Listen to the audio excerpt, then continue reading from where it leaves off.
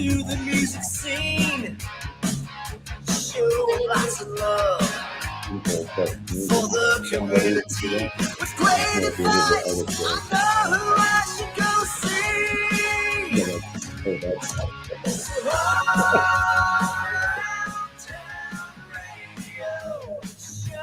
All right, everybody, good afternoon. Welcome live from the studio here at the All Around Town Radio Crib.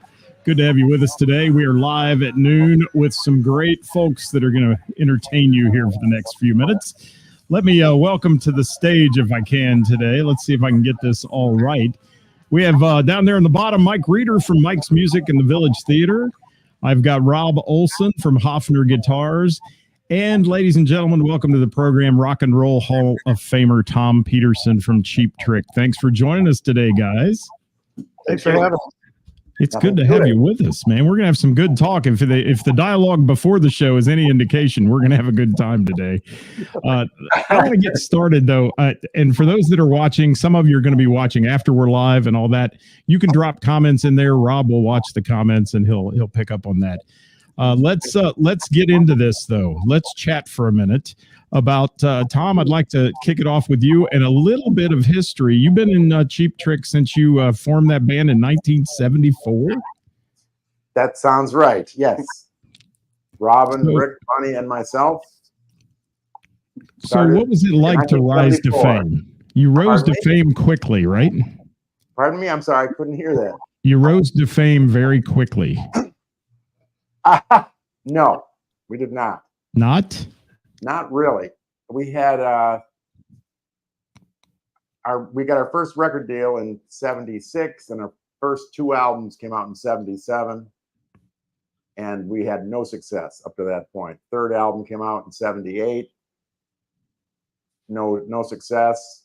Then we went to Budokan and put out that live record, and that unexpectedly was a success. So. And that is when things started to really hit in the MTV era and all that. And you guys had a ton of airplay, obviously, on MTV, which didn't hurt anybody back in those days. Well, that was '78, so there wasn't MTV back then. There wasn't people. The only acts really that were doing videos were the European English acts and stuff. And I always thought it was a mistake that most of the American groups did not do videos. There was no MTV, but it was a way to promote yourself without having to actually go there. You know, if you found some success, then you could go there. But we, so in '78, we did like 3 videos for our Dream Police record, which came out then. I'm not sure exactly, but no, we didn't have success. Rick and I had been working together since '68, and in '69 we had a band that was signed to a record deal, Epic Records, and we did one album and were dropped, and then took until '76 to get another deal. So when did it really hit is what I was trying to get to there. '78. '78. Yes. And that was just strictly at that time album sales, right? I mean, that's where it really went through the roof. Yes. I got you. All right. So this whole thing we're going to do today is based on your collection of vintage and such, and some other things that you have done in your career. One being inventing the 12-string bass. Yeah. Are you guys hearing me? Are you hearing me okay? I just want to make sure you're hearing me there. The 12-string bass. Maybe we're not. We don't know. It seems like we are. Yeah, right. We might be hearing things. Well, talk to me about being the, I guess, for lack of a better term, the inventor of the 12-string bass. Well, there was no such thing, and I just had the idea to do. My original idea was to have like a 12-string electric guitar and have an octavider for the low end, so it sounds like an electric 12-string playing along with a bass. But there was nothing available at that time that it didn't work.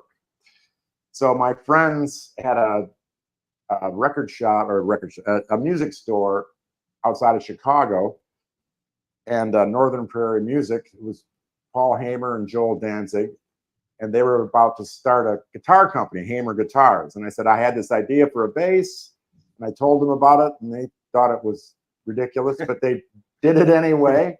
And I just kept going. So I got my first one. The first thing they did was they thought it wouldn't work. They thought, well, the truss rod won't hold. They didn't know. No, there was no such thing, of course. So they said, we'll make you a 10 string.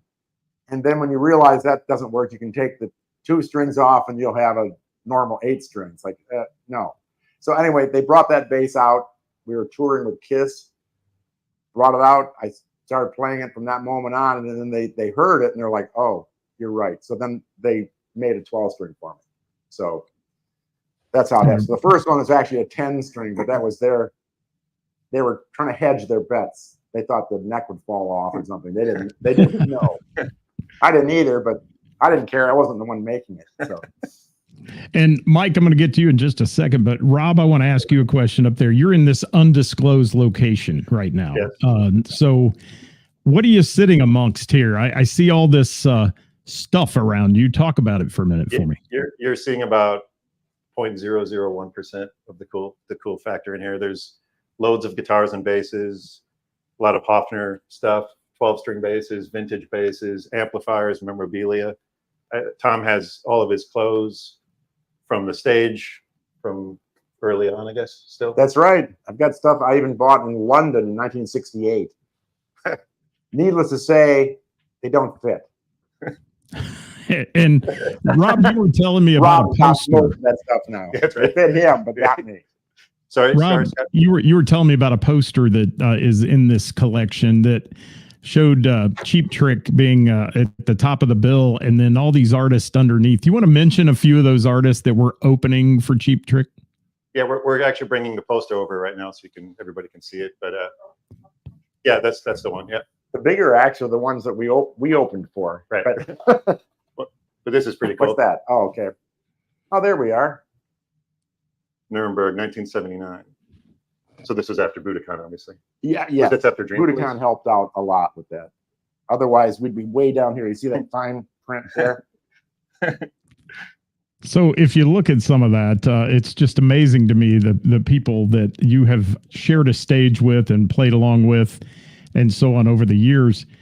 Tom, if you can remember back then, and I know that's a lot of tours and a lot of people, but how did it feel to be playing like with The Who was obviously a massive act? Did you interact with them a lot, or did you guys just play these festivals, get up there, play, and you're kind of gone? No, we interacted with them. We had been on tour up to that point with AC/DC in the States. They were at that point in the US anyway. They were as unsuccessful as we were, so we were both floundering, and so we did a bunch of dates with AC/DC, and we'd just flip flop. We'd headline one night and then headline the next, and then the last time we really saw them was at that Who concert in Nuremberg. But I can't remember what the question was, but did we hang out with the Who? Yeah, I mean, a bit. We would, just glad we don't have to follow the Who. Let's put it that way. Got you covered. I don't know why I saw Herman's Hermits. Well, I saw the Who open for Herman's Hermits. It's the first time I saw them. That must have been 1967. It's like, Herman, I think you made a big mistake. And Mike, you're a collector, obviously. Mike's Music, the Village Theater, and you have several locations, but you're a collector of fine instruments and such. Have you seen some of these? You were showing a bass earlier that you got from Tom, that it's in your collection. Yeah, I was lucky enough to meet Tom, through guitar shows, I guess, or maybe one of our Japanese friends or something. And we share the joy of vintage instruments, and he's bought stuff from me. I bought stuff from him, and we love collecting and sharing in instruments. And he's not only a huge rock star, he's a guy that really enjoys the instruments and collecting, and he nerds out like the rest of us, And I'm lucky to have like a bass that he designed, and he was kind to give it to me because he, at a great deal because he knew I loved it. And over the years, it's just been fun. He comes to town and we hang out. We go to shows, and I get to see him from stage, and just it's great to just have him as part of my life. And Mike, I love this. Say what? Go ahead, Tom. Skyline. Skyline Chili. That's right. Yeah. That's right. Yes. Cincinnati favorite. Yeah. So, Mike, you go through your collection. I know I've talked to you before on the show, and you go through and you're like, this one came from this guy, and I got this one from this guy. I always tell people that you're one of the most connected people I've ever met, besides Rob Olsen up there, in the music business. And you seem to take, all of you guys that collect these instruments, it seems to me almost like an addiction, and you seem to keep them near and dear to your heart. I mean, you keep them wrapped up, and there you have some certain prized possessions. Mike, you've seen Tom's collection a little bit here before the show, and some of that, I don't know if you've been to this undisclosed location, but what do you think about his collection? Oh, Tom's stuff is amazing. You know, I was lucky a couple shows. He took me backstage and showed me a bunch of stuff he had. His Firebird collection is amazing. You know, he's just got so much stuff. I'm sure he probably doesn't even know what he has. Thunderbird. I have one Firebird. Yeah, well, you had a couple cool colored ones at one point that you showed. Thunderbirds, not Firebirds. T-birds, yeah, T-birds. And I wish I had a couple of old Firebirds, but yeah, I think you had like a yellow one. You had like a Inverness green or something. You had some really cool stuff with you that time. Yeah, I love those early 60s, the first reverse Thunderbirds. I love those basses. That's all I had. When we started out, that's all I had, one bass. Yeah. What I love about Tom's collection is he has bought it from Joel Danzig. Oh, cool. His bass. Super cool. Tom has a very eclectic taste. So that's what I appreciate about him. Is he, you know, a lot of bass players don't really like sort of the ones that he likes. But he, you know, like the 12 strings, you know, like the Hamers that he had, the early stuff, or he'll like short scale basses like Hofner's or Gibson basses. You know, a lot in the bass world, a lot of people are more, you know, Fender jazz bass and P basses, but Tom's horizon is much greater. So he loves all kinds of sort of what you would consider oddball instruments, and he has great taste. And Tom, we have a question coming into the show here from one of my favorite local bass players, Jonathan Grooms, and he says, wanted to know from Tom if any certain instrument or instruments in your collection are a favorite of yours. No, not really. It's usually something I had just recently got that I like. So it's kind of like recording. What are your favorite songs? Well, the ones that I hear the least, you know. So I don't really know if I had to choose one instrument. If there was a fire, I don't know. Whatever the lightest one was, I suppose that would be one of the lightest ones. Speaking of Tom. Rob, we've got a lot of things to show today. Show some of this stuff off that you were talking about with me here, all this collection. Because we had some extra basses hanging around, and I had these painters working for me, and they were like, I was trying to find something crazy un-Hofner-like, which would be a leopard bass, right? I think basically the word he's looking for is sacrilegious. Yeah, exactly. So this was a sacrilegious event here. So this was all hand painted. I'll zoom in a little closer so everybody can see the finish. But all of this is hand painted, all with just little dots and stuff. But this is one of two made. Tom has one of the only ones.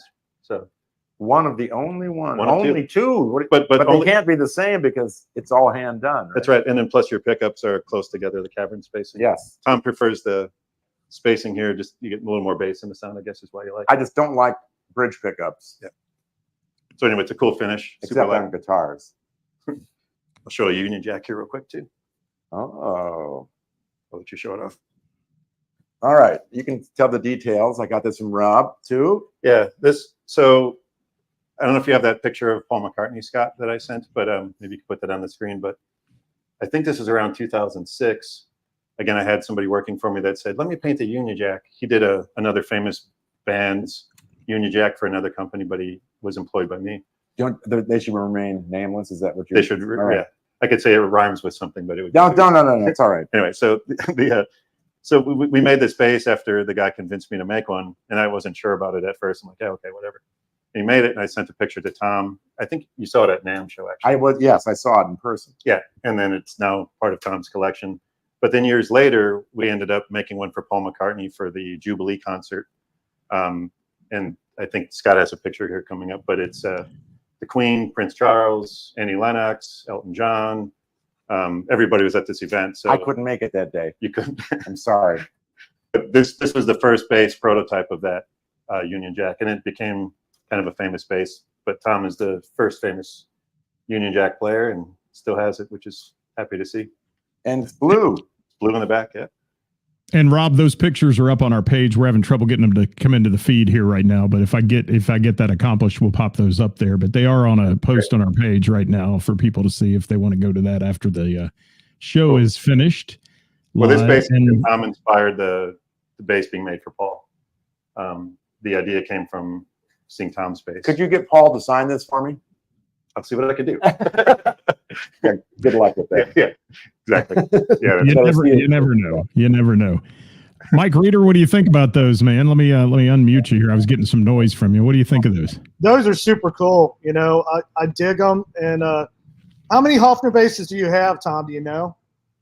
Rob would know. There's probably about 30 on the walls next to me. We've got real old ones too. We've got. Yeah, I was wondering if you had Michael, like a appreciate this one. Mike likes because these. I'll grab this from you. That's a 62, right? Yep, 62. Nice. That's How about cool. that? That's super cool. Yeah. So I love the way you guys are talking back and forth here and doing it. It's like, yeah, that's a 62. It's like a bunch of guys with classic cars, man. You know your your stuff. Oh, it that's is. Yeah, that's 58, right? That's 58 or 56. 58, 56. Wow. Yeah, I have a 58 like that, Tom. That's cool. That's really cool. Good. Yeah, these Ed Sullivan ones. Speaking of him, I'm going to give this to Rob. I don't have anything to do. It's going to get up. No, I gotta show him something. Rob didn't see this either. This is.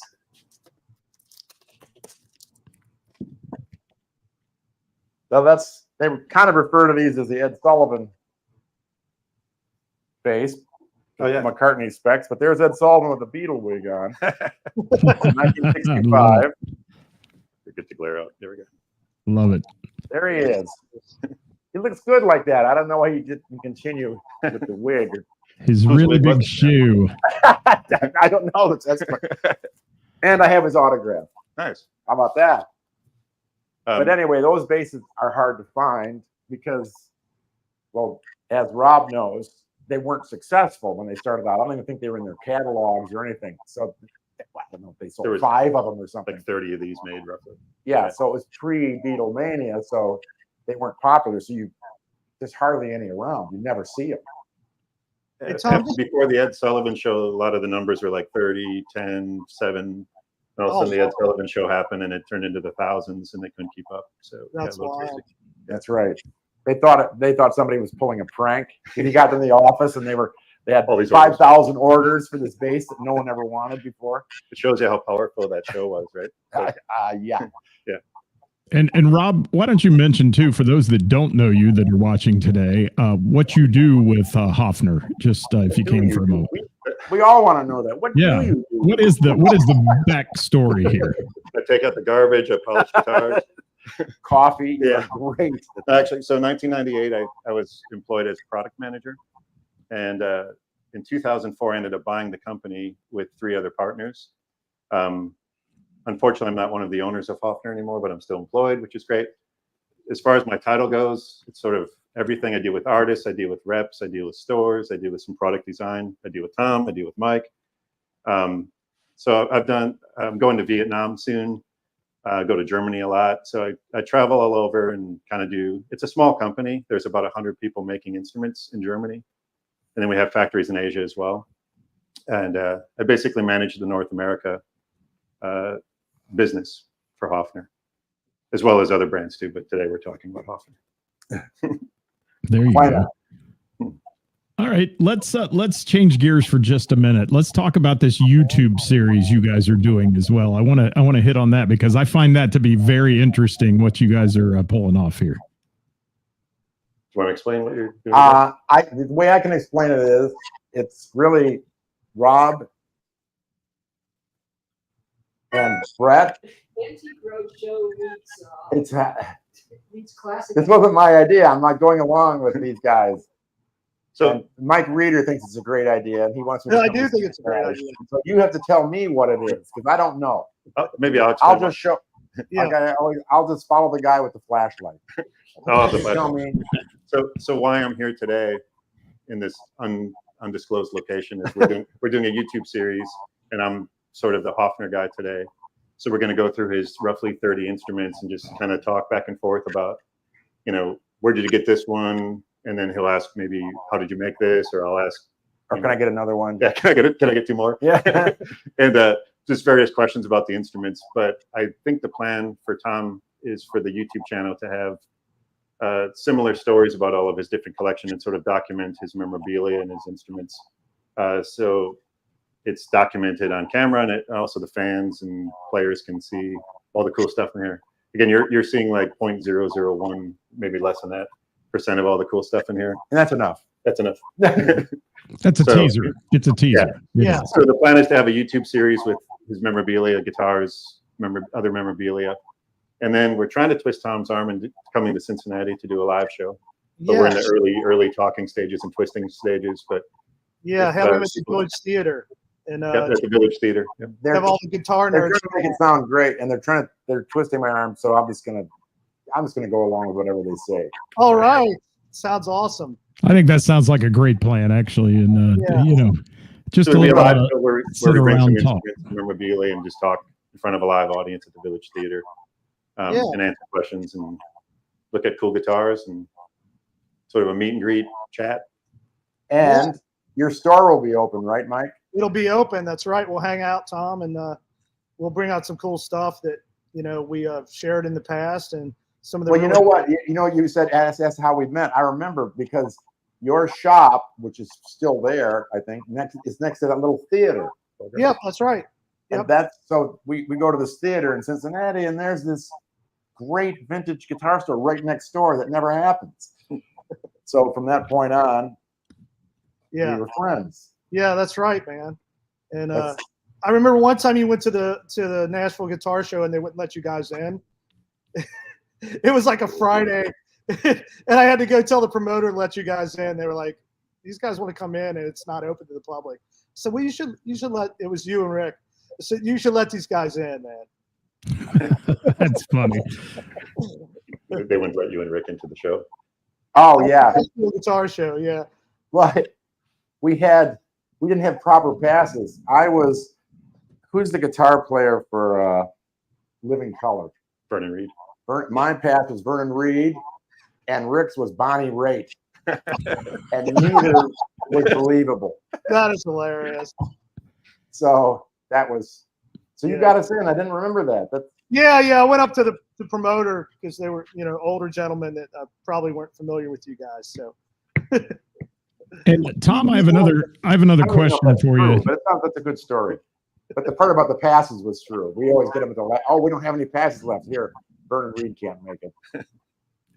So, quick question for Tom here. Tom, you took a little hiatus from Cheap Trick at one point, and I've noticed that on a lot of the sites and stuff that talk about you, that you've played and you've provided tracks with a lot of other people. Can you mention some of those that you've been a part of in your history? Hey, Donovan. I did an entire album with Donovan here a few years ago. He did it in Nashville. Frank Black. Oh God, you got to help me here, Rob. We need somebody that has a memory. That's not me. Well, I know you were in a video with the Ramones. Is that right? Oh, I did. Yeah, I was in that video. They did Hands Across Your Face. It was some sort of a charity event. I don't know what that was. Concrete Blonde. Concrete Blonde. I did a lot of work with Johnette. Concrete Blonde. That's true. She was great. I even did the Dennis Miller show with her one time. But I'm on. I can't remember what album I'm on.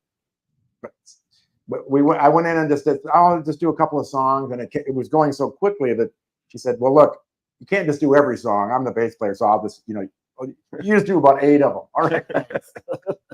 How about Willie Nelson? I understand you did. I played Willie Nelson's. I was in his band for his 80th birthday. I played Tic Tac bass, a Fender 6. I played along with John, his upright player, and I just followed what he did. He didn't even have a flashlight. I just followed it.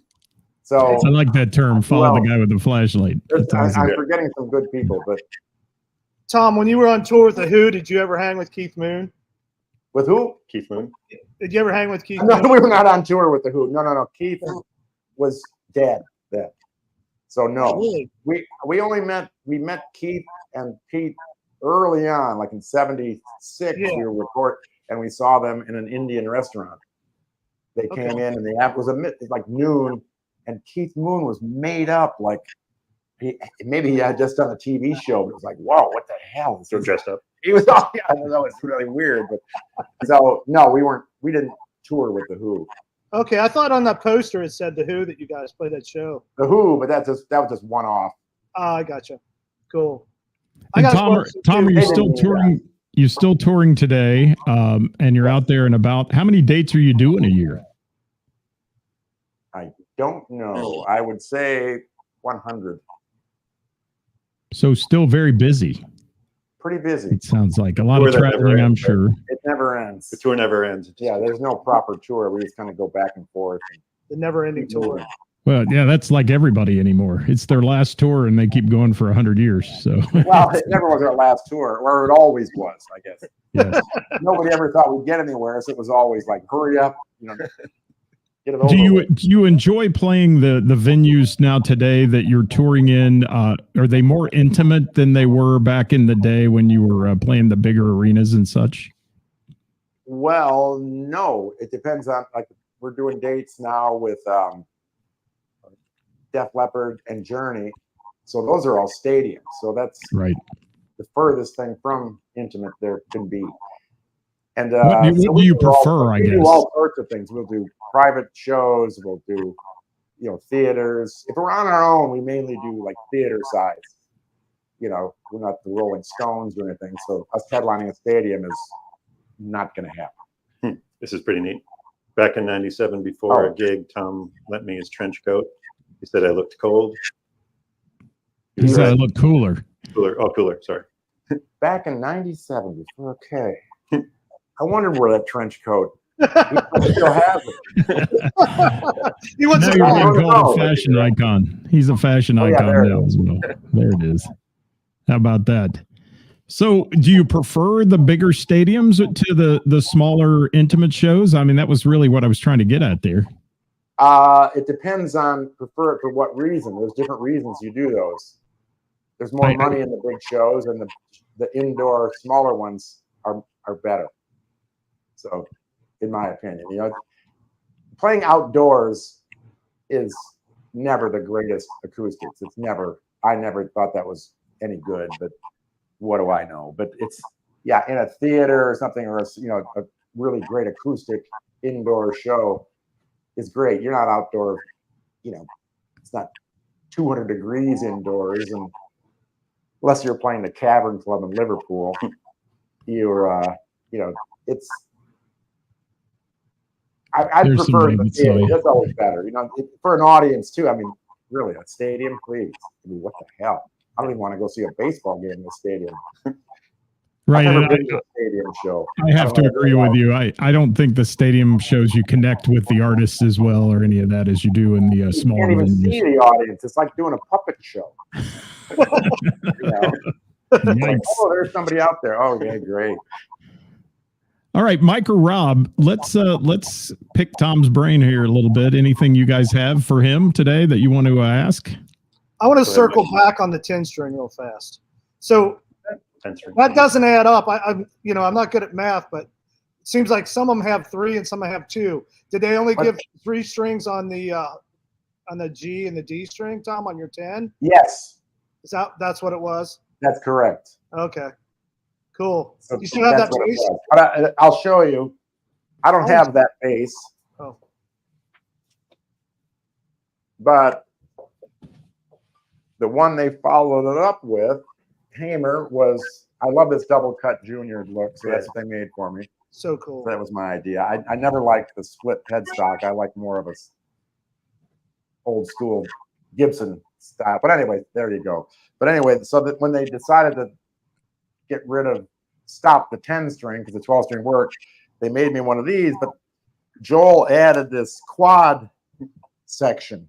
which I didn't know anything about. Like, oh, this is really going to be great. So you have to plug it in. Anyway, each set of strings has its own EQ and all this different stuff. And it's like, Is there like a volume control for each string too? yeah. But it's like, I go, shouldn't it just be? I didn't want all that stuff. So I never had it hooked up. I just went straight into the amps. Wow, that's crazy. But that's referred to as a And quad. Rob, we have a bass. question about that as well. And I if you think can they see made that. maybe 5 of these total. Okay. I don't know. Oh, that's crazy. That's cool. The question is, somebody's asking about how you do with amplifying your 12 string. How do you amplify it? I use a guitar amp and a bass amp, and that's it. So you have two jacks on the bass, and then I used to have 3. I did. This one doesn't, but that was too much trouble. But no, you can just split them. You have a good splitter box that doesn't affect the tone, and get a guitar sound and a bass sound, and you're ready to go. is the guitar sound distorted then slightly? A lot. A lot. Okay, so it's So is the low end. okay, It's all distorted. and then the bass amp's giving you the low end, like a It's yes. Okay. It's sort of like a guitar amp with low end, but it's not coming out of the same. You can't get that good Got it. tone out of the same. Well, I can't. Someone probably can. But anyway, that's one of the. And back there, well, you can't see it. Is I always wanted them to make them long scale. Those were short scale, and now I've gone back to liking short scale better. But they made then Habermas started making me long scale ones in '87. And that's those ones that kind of look like an acoustic guitar. And Rob, you're doing this YouTube series. Is there anything you think that the people would be interested in knowing the plan here and some of the things that you're going to disclose to us in this YouTube series? Yeah, I'm thinking the first episode with, I guess, myself on it is probably 2 weeks, Brett. Yes. Roughly 2 weeks out. So we'll share a link to the YouTube channel. But yeah, the first one again is just going to be going through his Hofner stuff, and then we'll see where it goes. There's a lot of stuff in here for the fans to see for sure and to talk about. So it's going to be exciting. I got to start looking for some more Hofner since That's right. We gives me a good excuse that We need to make it some more. Yeah. No, there's 12 strings. There's guitars. Can we show them the light up guitar, the Telly? sure. This is pretty cool. Yeah. He has a couple of these that are pretty neat. I love those Rickenbacker amps behind you, by the way, Rob. Those are super cool. Yeah. Tom's Yeah, one those of are the few cool. people that ever played through Rick amps. See, I got this Telly made in Italy, and if you can pronounce his name, I can't. he can't pronounce it.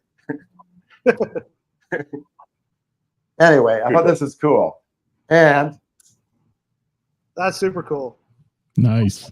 Yeah. but what can I do with it? I can't use it live, so It's cool. I guess if you need to follow the flashlight, that's the flash. that's right. That's Cool it. to look at. Fine Italian Yeah, glass. that guy, he makes guitar. I heard about this maker. He's a manufacturer. He does them out of Italy, and he makes guitars and basses out of pinball machines. And they have flippers. They have everything. That's I could awesome. probably. Can you, is that, I have one of the basses here. In fact, he made 2 basses, and I have both of them. But they're different. Here comes. Here's one of them. This is This super is a- cool. Old Oh, that is so bass cool. style. That's See it? awesome. Love that. Yeah, it's like a double bounce Nice. Telly. Yeah, Check this out.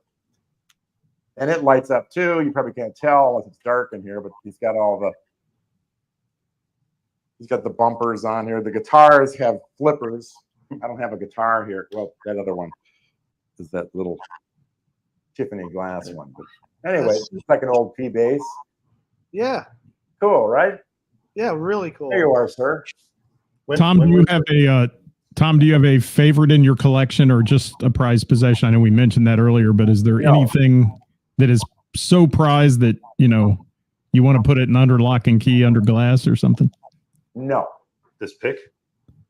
a pick. No, I don't really. No, All right. I have also, several I favorites. always You know, prefer the but next then it one. starts to add up. Mike and I both are trying to pull that out of you somewhere, but you're not giving it up. Make something up. Well, you said you had several, so what would be some of the several? Well, I'd have to have a Thunderbird, a Precision, a Hofner. All these. To me, the instruments all have really different sounds, and it feels you just play differently when you're playing a different instrument. And like So that's always the next I like to play instruments that suit the song, and like, oh, I got this thing and it works, instead of just having the same sound all the time or some standard direct sound. I think a lot of people that don't play don't realize that for sure. Like even the size or the feel, like you just sort of play differently when you see and put your arm over something, right? Yes, it's completely different. Yeah. But the sound of these is, you might even hear it over the camera. It's like a thuddy, like one of those big double basses.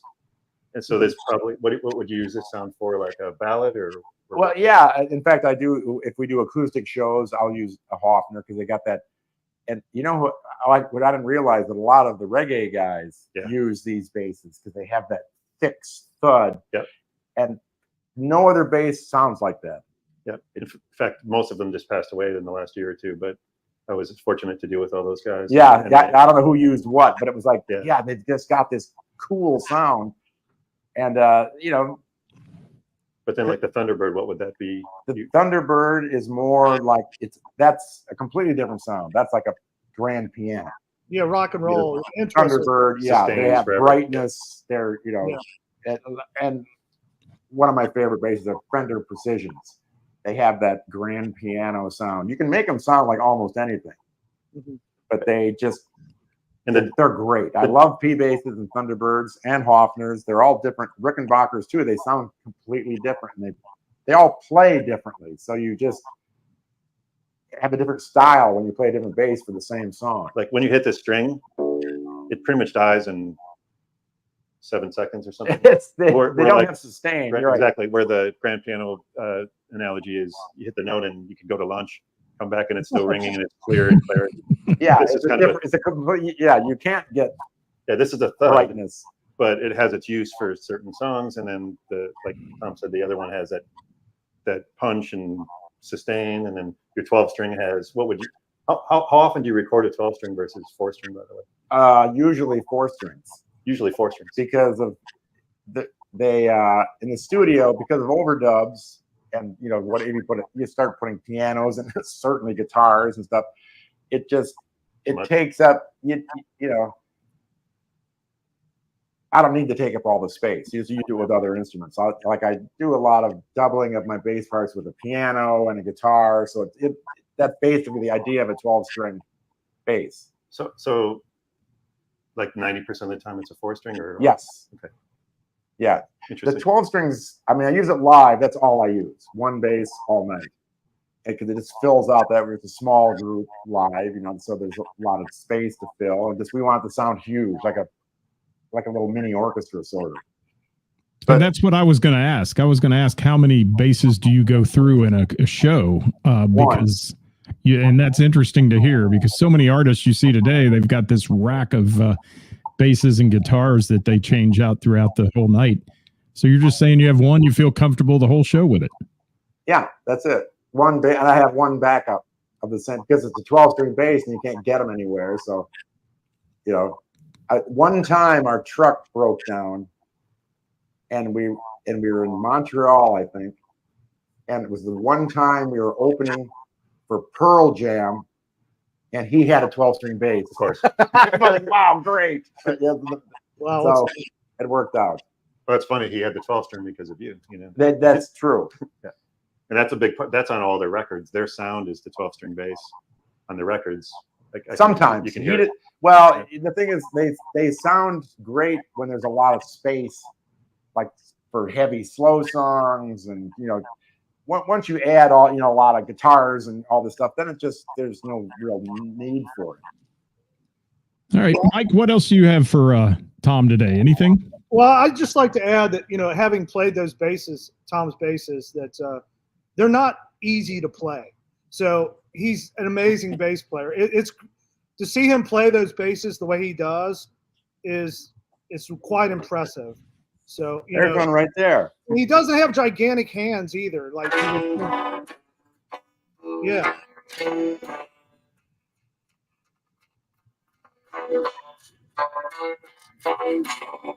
That's so cool.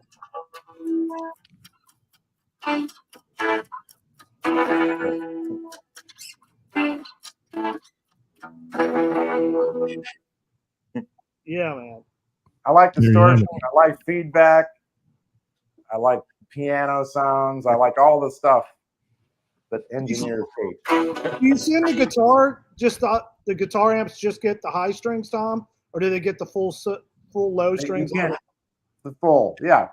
Yeah, and it mushes out pretty much, I assume. Yeah, if I'm trying out an amp, I can just, I know right away if I use a precision, if I'm somewhere and I go, yeah, let me plug in the precision and let me see how this thing sounds. If I can get it to sound, honestly, my 4-string sound with a T-Bird or a precision is really close to this sound. This is fuller because there's those high strings. Sure. But if I were to go back and forth, it'd be the same rig. I use on a 4-string that I do on a 12-string. No difference. What amps are you using right now? Orange, mainly. Orange. Okay. Yeah, you've been through the amps. I know you use high watt a lot, and you used to use those Rickenbacker. Yeah, I've got high watts, and it's a never-ending Sure. battle of getting the right tone. It's just you just can't get it. I could never quite get it. Gotcha. Unless it's not being recorded, and all of a sudden this is the perfect sound. But anyway, so it's fun. I just love tone and trying to get that sweet spot, and it's just And Mike, I want to give you a big shout out too. You are obviously the tri-state area's leading guitar expert, in my opinion. And I want people to take the time that are watching this show today to visit Mike's music and also the Village Theater, and send Mike a message if you would support a show there, a live show with Tom, and send Mike a message if you can and tell him that you would attend one of those, because I think that's a superb idea and just a little in the round type talky thing that could happen, and everybody have a chance to learn more from Tom, because I really dig what's happening today here with you guys just interacting and talking instruments and all those things, which to a guy on the outside watching concerts and things, it's really interesting to me to hear. And it's so interesting to hear that Tom only wants to play one bass in a show. I mean, that amazes me at the level of play that he does and all that he's like, I've just got a backup, man. I think that's really cool. And he doesn't need a rack of 400 guitars up there on stage with him or any of that. So I think that's fun, Mike.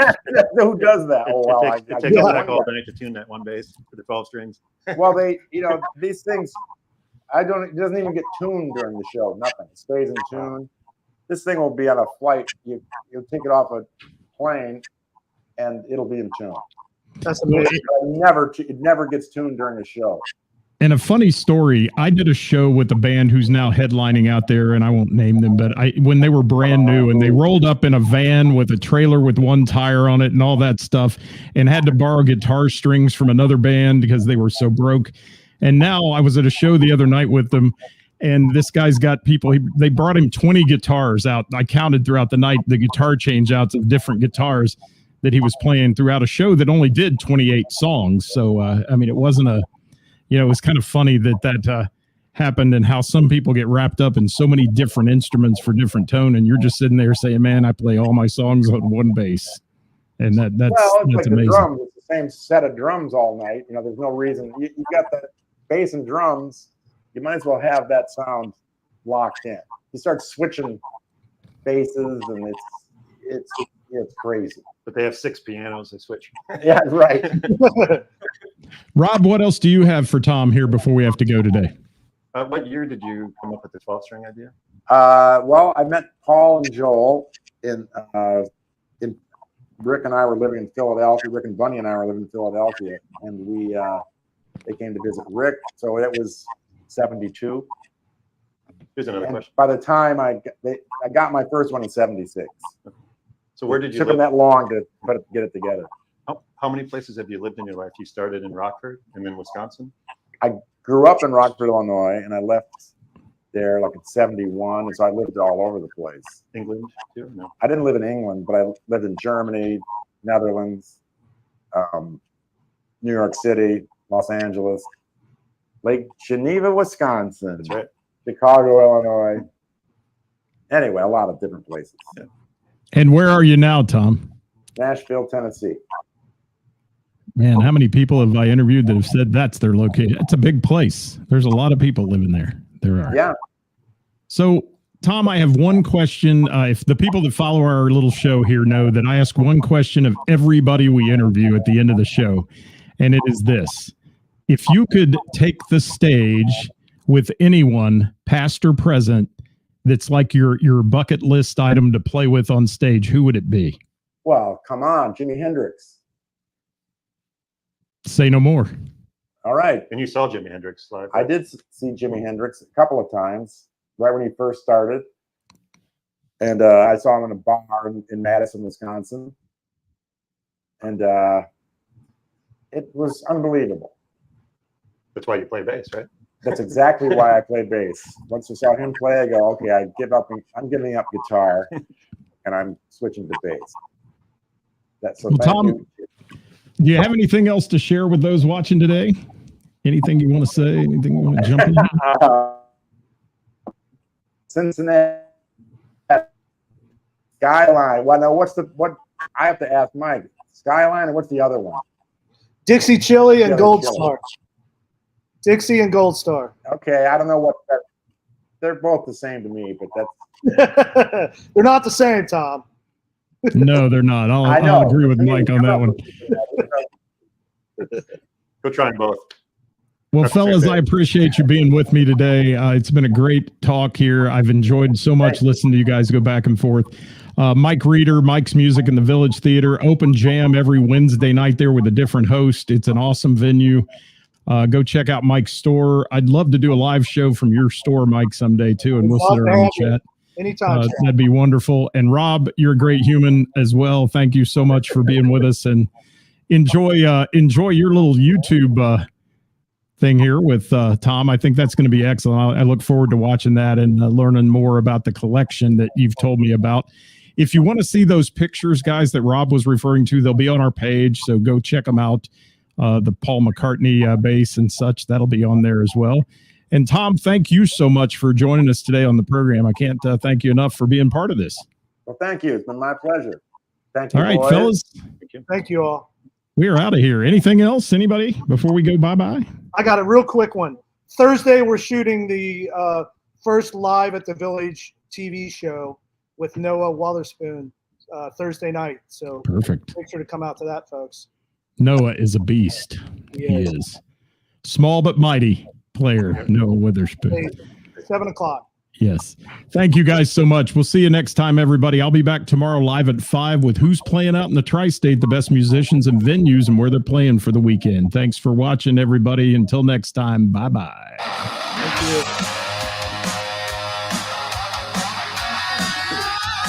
It worked. Yeah, it was awesome.